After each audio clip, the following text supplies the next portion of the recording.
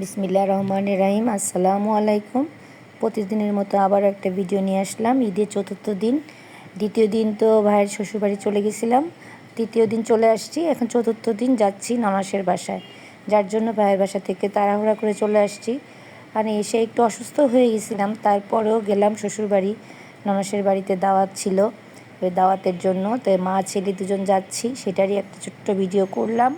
সবাই দেখতে থাকেন যে অসুস্থ শরীর নিয়েও যাচ্ছি, কি করতে পারি আর কি না করতে পারি, ওখানে গিয়ে মজা করতে পারি নাকি না মজা নাই করতে পারি, তো সেটাই যাচ্ছি, আপনাদেরকে নিয়েই যাচ্ছি সাথে করে। আপনারাও দেখতে থাকেন, যদি ভালো লাগে লাইক শেয়ার কমেন্টস করবেন। এই তো আমরা বেশ খানিক পথ চলে আসছি।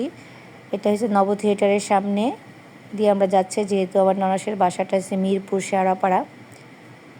এ পথ দিয়েই তার রাস্তাটা খালি, তার জন্য ভিডিওটা করলাম। ছেলেকে বললাম যে বাবা দেখো রাস্তাঘাট কী সুন্দর খালি, অন্য অন্য সময় তো দেখা যায় অনেক জ্যাম থাকে, গাড়ি চলতেই চায় না জ্যামের জন্য, কিন্তু দেখো আজকে রাস্তাটা কত সুন্দর খালি। ঈদের মৌসুমে সবাই দেশে চলে গেছে, যার জন্য রাস্তাঘাট একদম খালি।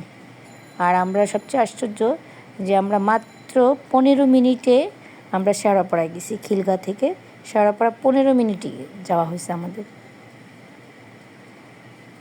এই তো আমরা বিজয় সরণি চলে আসছি, আগারগা, বিজয় সরণি না, এটা আগারগা। এই তো খাওয়া দাওয়া চলতেছে, আমি খাওয়ার ভিডিওটা করতে পারি না, এটা নাস্তার ভিডিওটা।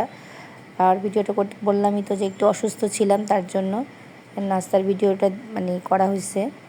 আর এই যে খাওয়ার ভিডিওর টেবিলটা সাজানো হয়েছিল সেটা, তারপরে চলে আসলাম যথারীতি আবার রাতের ভিডিওটা, যেভাবে মা ছেলে দুজন আসতেছিলাম রাত্রেবেলা, সেই রাত্রের ভিডিওটাও করলাম যে রাস্তাঘাটটা কীরকম।